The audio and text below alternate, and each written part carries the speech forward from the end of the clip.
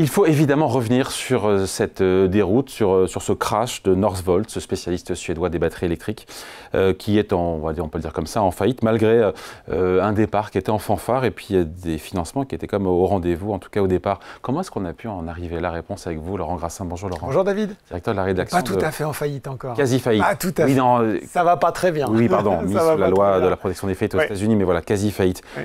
On va faire les choses dans l'ordre et on va les faire bien avec vous comme à chaque fois. Il faut revenir sur le point de départ au début, là, sur la genèse du projet. Oui, parce que tout le monde ne connaît pas Northvolt. Effectivement, ça a fait défrayer la chronique depuis quelques temps, mais l'entreprise n'était quand même pas sous les feux de la rampe, on peut le dire. Elle a été créée en 2016. Au départ, c'est deux entrepreneurs suédois à succès, Harold Mix et Karl-Erik Lagercrantz, qui vont chercher deux personnes, deux anciens de chez Tesla, Peter Carlsson, suédois, et Paolo Ceruti, qui lui notamment est passé par Renault, avec cette idée, eh bien, effectivement, vous l'avez dit David, cette ambition un peu folle, on va créer le champion européen de la batterie. À l'époque, Peter Carlsson et Paolo Ceruti, ils sont plutôt dans l'approvisionnement, les achats, pas forcément dans c'est pas forcément des spécialistes de la batterie, donc il va falloir également, au lancement de cette société, embaucher tout un tas d'ingénieurs, notamment des leaders du secteur japonais et autres, pour se forger une crédibilité et asseoir un petit peu la volonté de l'entreprise. Et ça marche plutôt bien, il y a des contrats, on va le voir, en milliards, des financements en milliards, et donc au début, mais tout se passe pour le mieux. Oui, 50 milliards de contrats, d'euros de contrats, avec des clients prestigieux comme Volkswagen, comme BMW, donc constructeurs européens, et vous l'avez dit, il y a aussi des levées de fonds assez incroyables, puisque de 2019 à 2024, l'entreprise va lever, allez, on va dire, un peu plus de 13 milliards d'euros auprès de grands noms. Auprès de grands noms, donc Volkswagen notamment, Goldman Sachs aussi, quasiment à hauteur de 900 millions. BlackRock, Imco, bref, on voit bien qu'il y a quand même les faits se penchent sur le berceau de Northvolt en se disant finalement l'alternative, le pari tenté est intéressant pour encore une fois, ce champion européen de la batterie. Laurent, des contrats, des financements, on est en milliards. Et moi on se parle, on le répète, l'entreprise Northvolt est en quasi faillite. Qu'est-ce qui s'est passé? Oui, alors ils ont effectivement, vous l'avez dit tout à l'heure, ils ont déposé un recours auprès du Chapter 11 au Texas, la loi des faillites américaines. Ils ont une dette, David, tenez-vous bien, de 5,8 milliards de dollars. Donc ces levées de fonds records n'ont pas suffi et ils ont, semblerait-il, en caisse, en trésorerie, 30 millions de dollars, ça fait mal. Donc une situation extrêmement tendue. Ils ne sont pas encore en faillite puisqu'ils sont passés sur la loi, c'est le côté restructuration de la loi du chapitre 11, mais effectivement compliqué. Et d'ailleurs, ça nous a valu le départ de Peter Carlsson qui a acté son échec un petit peu. Ouais, pardon, je me dis, mais pourquoi ils sont allés en faillite aux États-Unis? Oui, je me suis posé la même question, en disant, mais attends, une boîte suédoise, pourquoi ils ne l'ont pas fait en Suède? Alors, visiblement, parce que c'est plus simple que la procédure suédoise, et puis ça permet certains aspects qui intéressaient la boîte, notamment ça leur permet de garder le contrôle de l'entreprise. Vous savez, y compris en France, quand vous mettez quelquefois sur le plan de sauvegarde, il y a un administrateur qui est nommé, qui commence à regarder un petit peu ce que vous faites. Là, ils avaient la possibilité de garder, entre guillemets, le contrôle de leur destin, si je puis dire, et puis ils gardent aussi la possibilité d'accéder à de nouveaux financements. On voit que l'entreprise annonce qu'elle veut se restructurer, qu'elle veut se recentrer sur les cellules. Au début, elle voulait gérer quasiment tout le cycle de vie de la batterie, fabriquer les cathodes, le recyclage. Là, il va y avoir un recentrage. Elle va virer, David, 1600 de ses 6500 salariés. Et elle prévoit donc une restructuration qui devrait être finalisée au cours du premier trimestre 2025.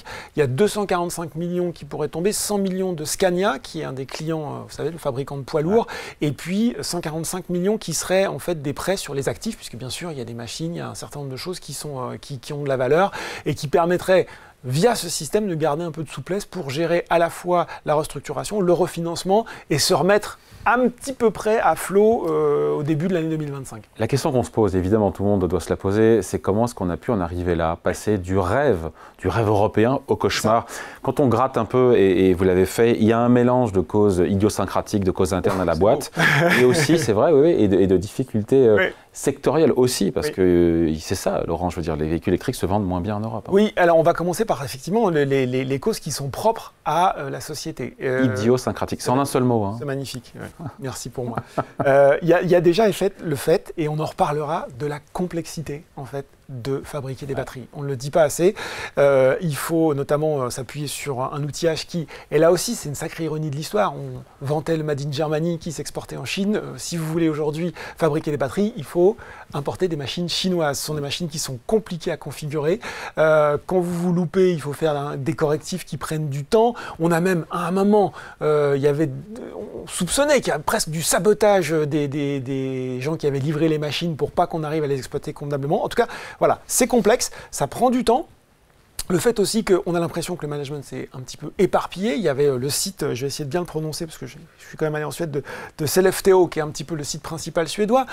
Il fallait à la fois le développer, puis il voulait s'installer en Allemagne. Le fait aussi que le groupe a multiplié les types de contrats. Mais qui dit type de contrat? Alors plein de petits contrats, ça veut dire aussi plein de petits types de batteries. Donc vous imaginez bien que fournir une batterie pour une petite citadine, pour un poids lourd, pour peut-être demain une sportive électrique, c'est pas la même chose. Ça veut dire des lignes de production spécifiques, sauf que le groupe n'en avait que 2, là où potentiellement il fallait qu'ils fournissent 5 à 6 types de batteries différents. On voit bien que tout ça c'est compliqué, entre les ajustements, la capacité à switcher de lignes de production. Puis une dernière chose qu'on a vu aussi, c'est la technologie, exactement, où on est en train de passer. Alors, c'est pas ma spécialité. Je suis pas un expert non plus. Je suis pas un expert, mais voilà, ce qu'on lit un petit peu partout, c'est qu'on est en train de passer de la batterie nickel, manganèse, cobalt, NMC, à la LFP, de la lithium fer phosphate, ce qui, semble-t-il, avait été moins anticipé. Donc, tout ça mis bout à bout, je pourrais parler aussi des taux de rebut. Au début, quand vous commencez à produire des batteries, vous en foirez un certain nombre, on va le dire comme c'est. C'est pas anormal parce qu'on a lu ça et là que ça y est, ils jetaient 98% de la production, que tout. C'est normal dans la montée en puissance et la courbe d'apprentissage. Seulement, tout ça mis bout à bout explique aujourd'hui qu'on en arrive à cette situation-là. Ouais, sans oublier l'aspect sectoriel. Et vous allez me parler évidemment de la morosité du marché auto en Europe, notamment en matière d'électrique. Bah oui, c'est ça. C'est-à-dire que fin des subventions, fin des aides, conjoncture européenne un petit peu déprimée. Les gens ont quand même se sont pris 2 ans d'inflation, réfléchissent à 2 fois avant d'acheter une voiture électrique. Tous les invités que vous recevez, les dirigeants constructeurs disent que ça se jouera sur les petites citadines, mais en attendant, effectivement, les véhicules électriques, les ventes de véhicules électriques baissent plutôt, en tout cas, ne sont pas si bien orientées que ça en Europe. Ce qui a un peu aussi cloué, enfin, ce qui a mis le dernier clou dans le presque cercueil de nos amis de Northvolt, c'est l'annulation de la commande de BMW à l'été, 2 milliards d'euros quand même, justement parce qu'il y avait une moins bonne visibilité sur les perspectives sectorielles. On pourrait parler aussi d'ACC, qui est un petit peu, vous savez, cette entreprise de batterie entre notamment Stellantis, Mercedes et Total Energy, qui met un petit peu le haut là, qui avait prévu de se développer, qui réduit un petit peu ses perspectives de développement. Je rajoute à ça forcément la concurrence chinoise, puisque les fabricants de batteries chinois sont très offensifs sur les prix. Ça veut dire que c'est compliqué de dégager de la marge. Quand vous êtes encore sur un stade où vous développez une industrie, ça fait quand même beaucoup de forces adverses. Et ça explique qu'on soit retrouvé, David, de 2016 en 8 ans, d'effectivement de cette success story qu'on prévoyait à un quasi cauchemar. Quoi. Voilà, et c'est là où on a envie de broyer du noir quand on écoute votre chronique, et en même temps, qu'est-ce qu'on peut en tirer comme leçon l'Europe, terre, encore une fois, d'industrie, de nouvelles industries nouvelles, notamment basées sur la batterie électrique. Alors, tout n'est pas perdu. Je pense qu'il y a quand même des leçons qui sont à tirer de ça, et les producteurs de batteries européens sont en train de le faire. C'est-à-dire qu'ils se sont rendus compte qu'il fallait peut-être pas être sur toute la chaîne de production de la batterie. Ils concentre aujourd'hui plus sur la cellule. Il faut aussi être sur des modèles de développement qui sont moins cash intensives. Il ne faut pas brûler effectivement ces montagnes de cash. Donc ça veut dire une montée en production, une montée en puissance qui est assez longue. Ce qu'on voit aussi, David, et là pour le coup c'est peut-être pas si optimiste que ça, c'est qu'effectivement on se rend compte qu'aujourd'hui sur ce secteur de la batterie, on a loupé le virage il y a des années, on essaye de le rattraper, on se rend compte. C'est quand même une citation que je vous ai retrouvée parce que c'était dans un entretien aux Échos du patron d'ACC qui disait « On a été soit arrogant, soit naïf et que en fait, la courbe d'apprentissage est longue et difficile. » Ça veut bien dire ce que ça veut dire, c'est-à-dire qu'on a loupé le train en marche. Aujourd'hui, on essaye de refaire notre retard et on se rend compte que c'est extrêmement compliqué. Cet exemple-là, on l'a sur la batterie, on l'a effectivement sur nos constructeurs automobiles. Je vous laisse deviner où on va la voir d'ici quelques années si on ne se ressaisit pas. Vous pensez à quoi? L'intelligence artificielle, l'ordinateur quantique, certains domaines appliqués de la recherche médicale. Non, mais c'est-à-dire que, voilà, sur un certain nombre de choses, je pense que la prise de conscience a été faite, mais... il y a la courbe d'apprentissage. Voilà, la courbe d'apprentissage. Elle est ce qu'elle est. Merci beaucoup. Explication signée Laurent Grassin, directeur de la rédaction de Boursorama. Merci Laurent. Merci David.